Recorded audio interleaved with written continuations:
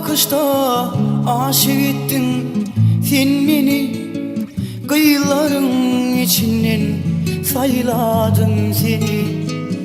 Kara gülüm hayran etti göreni, klastaşım Gülşat kıyısıydın seni.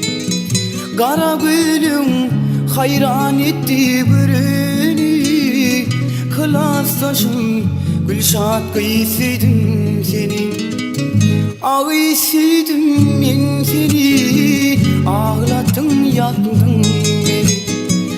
Ağıysyyan men seni, ağlattın yaktın beni.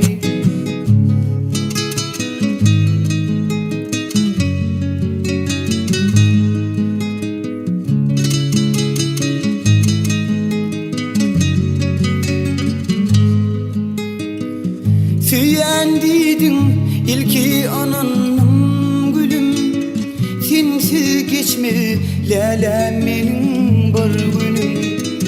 Gözümden gitme lelem gül yüzüm, klastaşım Gülşat kıyısıydın seni.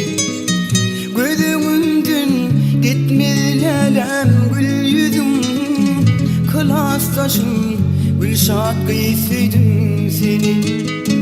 Ağıysıydın men seni, ağlattın yaktın beni. Ağıysyyan men seni, ağlattın yaktın beni.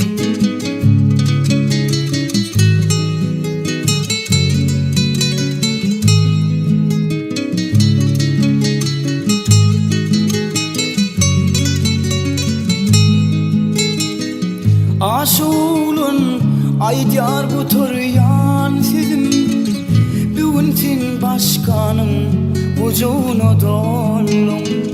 Şolaydı mı ay bilmin sana dedim, klastaşım Gülşat kıyısıydın seni. Şolaydı mı ay bilmin sana dedim, klastaşım Gülşat kıyısıydın seni. Ağıysıydın men seni, ağlattın yaktın